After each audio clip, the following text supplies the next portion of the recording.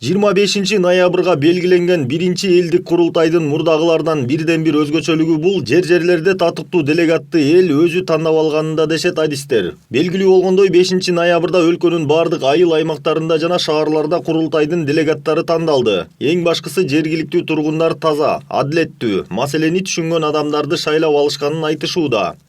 Курултай жакшы өттү, өтө демократичный өттү. Ушул эл ыраазы, акырында айтып атпайбы, ким нааразы деп. Элдин баары ыраазы, туура эле болду. Өтө демократичный өттү, ошону айтып койгум келет.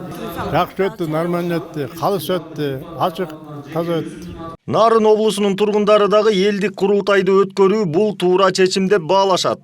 Курултай керек болчу, аябай керек болчу. Элдин мүддөсүн угуш керек. Көп сүйлөсө көл болот дегендей. Илгери улуу жүз, орто жүз, кичүү жүз деп эле чечип койчу экен. Мына ошонун бири келатат да бизге дагы мына. Ошол жерде улуулар болот, жаштар болот, мына кыздарыбыз болот. Баарысы айтат да муктаждыгын.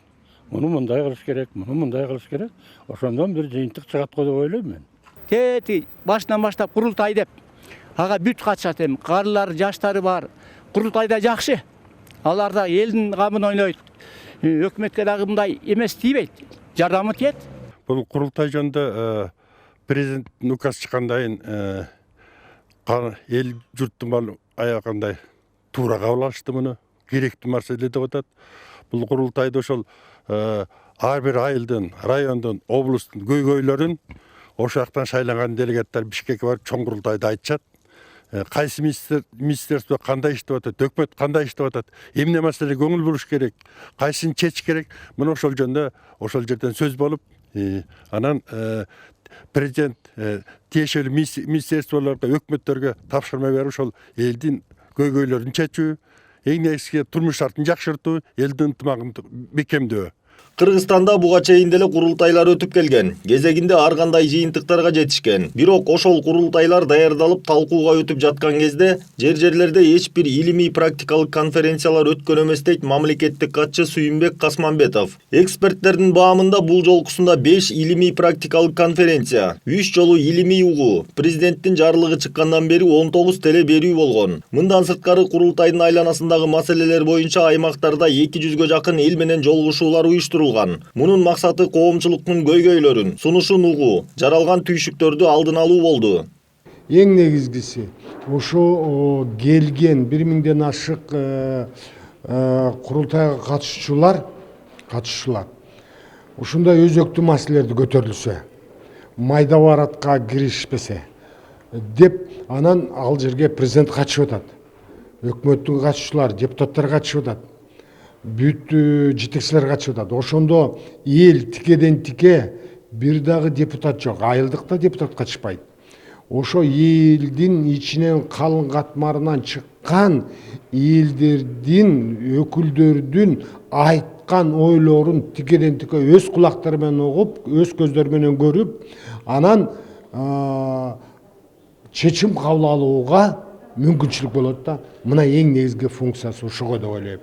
Ынтымак жок өлкөдө өнүгүү болбойт, туруксуздук орун ала берет. Курултайды өткөрүүнүн бирден бир максаты бул элди ынтымакка чакыруу, бириктирүү дейт философия илимдеринин доктору, профессор Нур Саралаев. Айтымында элдик курултайды саясатка аралаштырбай, тигилже бул маселелерди чечүүчү идеологиялык инструмент катары колдонуу керек. Анан бүгүн бизге кандай ынтымак керек чоң маселеде?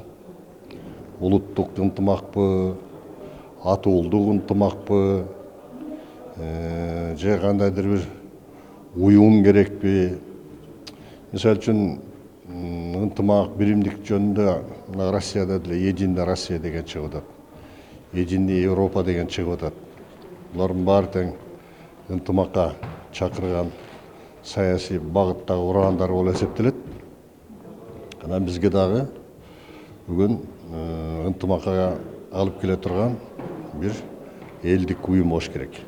Ал элдик уюм элдик курултай деп аталыш керек да. Республика боюнча биринчи элдик курултайга камылгалар көрүлүүдө. Курултайды уюштуруу комитетинин мүчөлөрү аймактарды кыдырып, эл менен жолугушууларды өткөрүүнү улантууда. Белгилей кетсек, масштабтуу иш-чарага ар бир айыл аймактан, облустук маанидеги 12 шаардын ар биринен 2ден жана чет өлкөдөгү мекендештерден 28 адам катышат. Жалпысынан элдик курултай 1000 делегаттан турат. Айдар Кемралиев, Нурдан Карпбеков, Пирамида.